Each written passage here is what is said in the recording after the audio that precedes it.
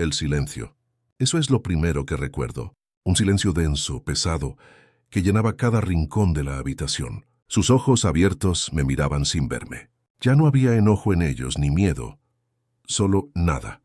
El calor de la discusión se había evaporado, dejando un frío que se me metía hasta los huesos. Mis manos. Mis manos todavía estaban calientes. Temblaban, pero no por el esfuerzo, sino por la comprensión de lo que acababa de ocurrir. Aún podía sentir la textura de su piel, la resistencia y luego la quietud. Todo por unas palabras. Unas estúpidas palabras que se convirtieron en un grito, y el grito en un abismo del que ya no pudimos salir. Pero antes de este uniforme naranja, de estas paredes grises, antes de que mi nombre se convirtiera en un número de expediente, yo era otra persona. Me llamo Javier, y esta es la historia de cómo destruí mi vida y le arrebaté la suya a Sofía, la única mujer que he amado. Y sí, lo sé, suena a cliché, pero es la única verdad que me queda. Nosotros no éramos la pareja perfecta, pero éramos reales. Nos conocimos en la universidad, yo terminando mi carrera de contabilidad y ella empezando diseño gráfico. Fue en la cafetería. Derramé mi café sobre sus apuntes y en lugar de gritarme se rió. Esa maldita risa fue el principio de todo. Era luminosa, contagiaba alegría. En un par de semanas ya éramos inseparables. Yo era metódico, organizado, un hombre de números y rutinas. Ella era un caos creativo, lleno de colores, ideas y sueños. Éramos opuestos, pero nos complementábamos, o eso creía yo. Alquilamos un pequeño apartamento en el centro 2 años después. Era nuestro refugio. Recuerdo el olor a pintura fresca cuando nos mudamos, el eco de nuestras voces en las habitaciones vacías. Poco a poco lo llenamos con nuestros muebles, nuestras fotos, nuestros planes. Los viernes por la noche eran de pizza y películas de terror. Ella se escondía detrás de un cojín y yo me reía, sintiéndome su protector. Los domingos por la mañana, yo preparaba el desayuno mientras ella todavía dormía, y el olor a café recién hecho era la señal para que se despertara. Eran cosas pequeñas, detalles que construyen una vida. Yo trabajaba en una firma de contadores, un trabajo estable pero aburrido. Ella hacía trabajos de diseño freelance, mientras terminaba sus estudios. Soñaba con tener su propio estudio algún día. Yo la apoyaba o al menos decía que lo hacía. La vida era normal, tranquila, quizás demasiado tranquila para ella. O quizás el problema siempre estuvo en mí, latente, esperando el momento para salir. Es una locura cómo la vida puede cambiar en un instante. Un día estás planeando unas vacaciones en la playa y al siguiente estás aquí, contando tu historia a una cámara. Si quieren entender cómo todo se desmoronó, cómo un amor así pudo terminar en una tragedia, suscríbanse a este canal, porque lo que viene después es la parte que nadie quiere contar. Y yo lo voy a contar todo. El primer quiebre, la primera grieta fue casi imperceptible. Sofía empezó a salir más con sus compañeros de un nuevo curso de fotografía. Gente nueva, artistas, gente que yo no conocía y sinceramente no entendía. Hablaban de conceptos, de luz, de encuadres, un lenguaje que me era ajeno. Al principio no me importó, pero luego empezaron los mensajes de texto a deshoras, risas mientras miraba el teléfono, nombres que yo no reconocía, y una pequeña semilla de inseguridad empezó a germinar en mi cabeza. Una noche ella llegó más tarde de lo habitual. Olía a cigarro y a un perfume de hombre que no era el mío. Dijo que se quedaron tomando algo después de clase. Le creí, quería creerle. Pero mientras dormía, una fuerza que no pude controlar me llevó a tomar su teléfono. Sentí el corazón en la garganta. Mis manos sudaban. Lo que leí no fue una prueba de infidelidad. No exactamente. Eran bromas, complicidad, un tonteo inocente con un tal Marcos. Pero para mi mente, que ya había empezado a envenenarse, fue una traición. Esa noche no dormí. Me quedé mirándola, viendo cómo respiraba tranquilamente, ajena a la tormenta que se estaba formando dentro de mí. Al día siguiente, la discusión fue la primera de muchas. No le dije que revisé su teléfono, solo le reclamé por la hora, por el olor, por su nuevo amigo. Ella me llamó controlador, celoso, y tenía razón. Pero en ese momento, su defensa solo confirmaba mis sospechas. El veneno ya estaba en mi sistema. Me gustaría saber desde dónde están viendo esta historia. Dejen un comentario con la ciudad y la hora. A veces, en el silencio de esta celda, me ayuda a sentir que no estoy completamente solo. El amor no se evapora de un día para otro. Se pudre. Se corrompe lentamente, como una fruta olvidada en un rincón oscuro de la cocina. Primero es un punto negro, casi imperceptible. Luego ese punto crece, la textura cambia, el olor se vuelve agrio. Al final, lo único que queda es una masa irreconocible y pestilente. Así se sentía vivir con ella en esos últimos meses. Cada gesto suyo, cada palabra, era como una nueva espora de moho creciendo sobre mi alma. La forma en que dejaba su taza de café en el borde del lavabo, sin enjuagar. El sonido agudo de su risa cuando hablaba por teléfono con sus amigas. Una risa que antes me parecía música y ahora taladraba mis sienes. Recuerdo el olor de su perfume. Al principio era embriagador. Me recordaba nuestra primera cita, la noche que pasamos juntos en aquel hotel barato. Pero con el tiempo, el olor se impregnó en las sábanas, en las cortinas, en mi propia ropa. Se convirtió en el hedor de mi jaula. Llegaba a casa del trabajo, y antes de abrir la puerta, ya podía olerlo y mi estómago se revolvía. Era el olor de la discusión que me esperaba, de sus quejas, de su insatisfacción perpetua. Empecé a sentir un conflicto dentro de mí, una batalla constante. Una parte de mí, la que todavía recordaba a la mujer de la que me enamoré, me decía que yo era el monstruo, que estaba exagerando, que el problema era mío. Pero otra voz, una voz más fría y más fuerte, susurraba que ella me estaba asfixiando, que me estaba consumiendo la vida. La decisión no fue un rayo en un cielo despejado. Fue una conclusión lógica, el resultado de una ecuación macabra que mi mente resolvía una y otra vez mientras intentaba dormir. Si ella no estaba, habría silencio. Si ella no estaba, podría respirar. Si ella no estaba, sería libre. La idea se instaló en mi cabeza, no como un plan, sino como una verdad inevitable. Dejó de ser un ¿qué pasaría si?, para convertirse en un ¿cuándo va a pasar? El día que todo ocurrió, el aire se sentía pesado, cargado de electricidad estática como antes de una tormenta. Despertamos sin hablarnos. El silencio entre nosotros era más ruidoso que cualquier grito. Ella se movía por el apartamento con una hostilidad pasiva, cerrando las puertas un poco más fuerte de lo necesario, dejando caer los cubiertos sobre el plato. Yo la observaba desde el sofá y sentía cómo la presión aumentaba en mi pecho. Cada minuto que pasaba era una tortura.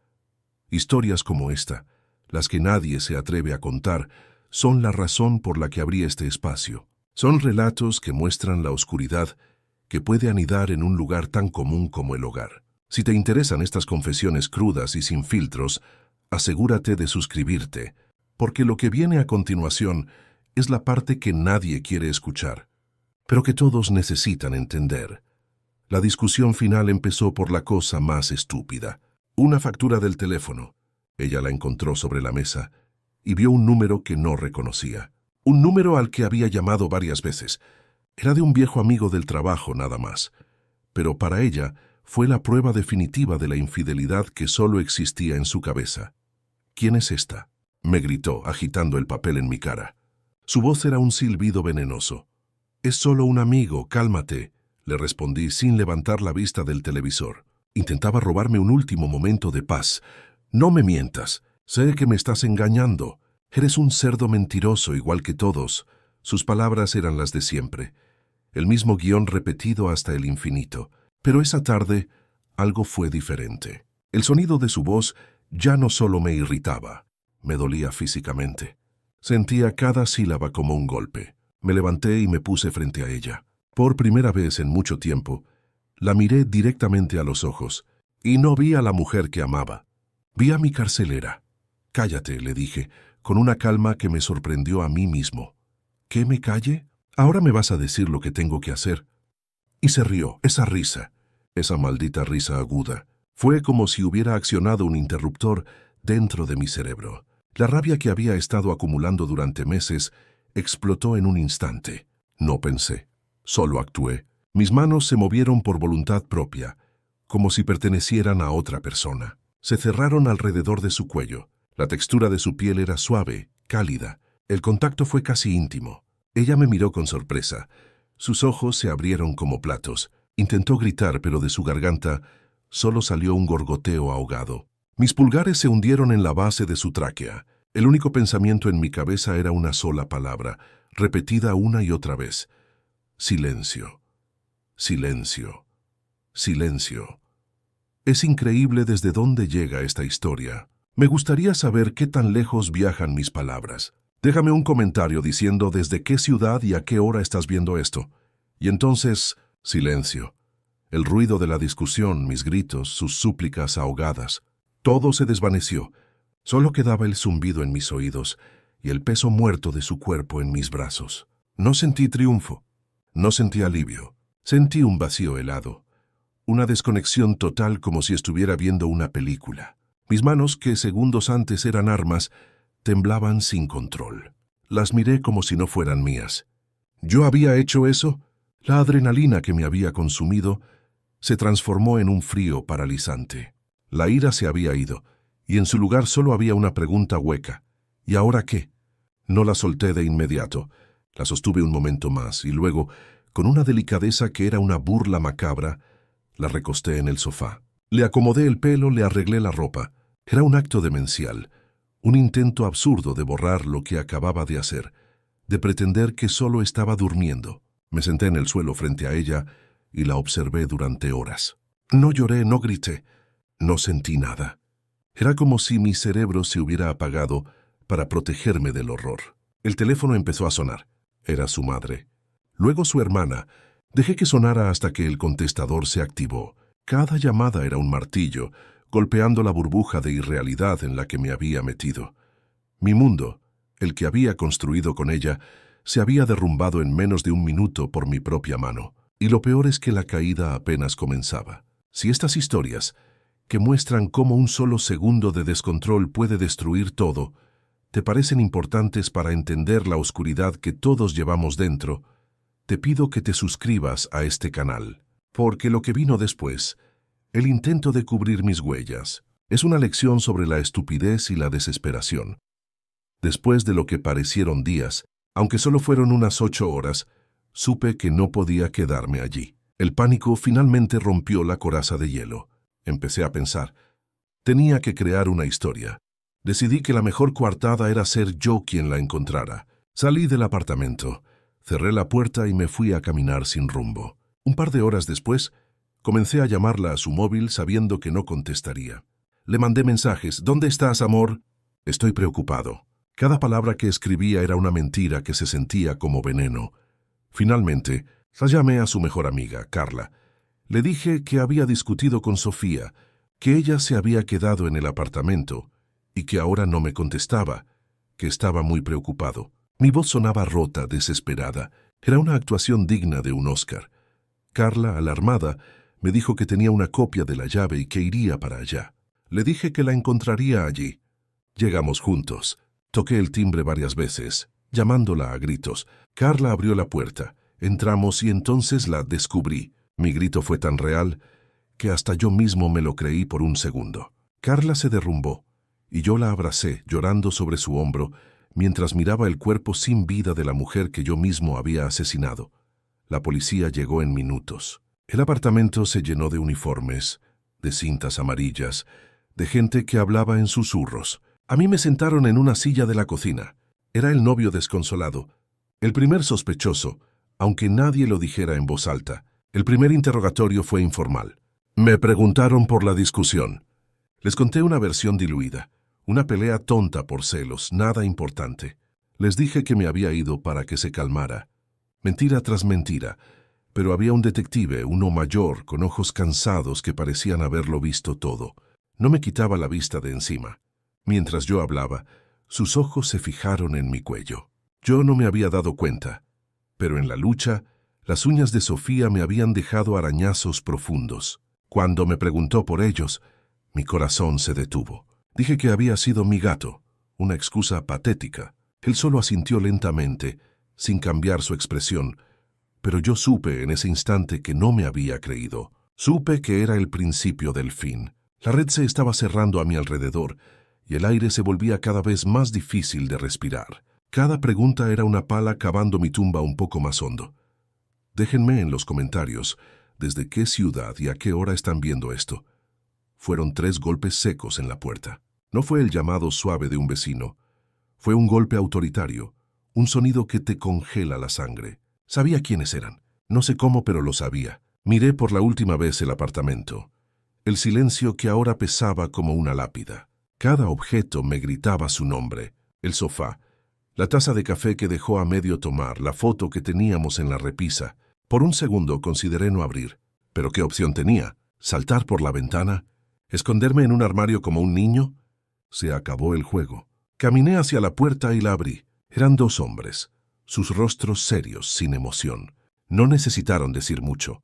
Vieron mis ojos, vieron el desastre que era yo, y supieron que era el hombre que buscaban. El frío del metal en mis muñecas fue un shock, un ancla que me trajo de vuelta a la brutal realidad.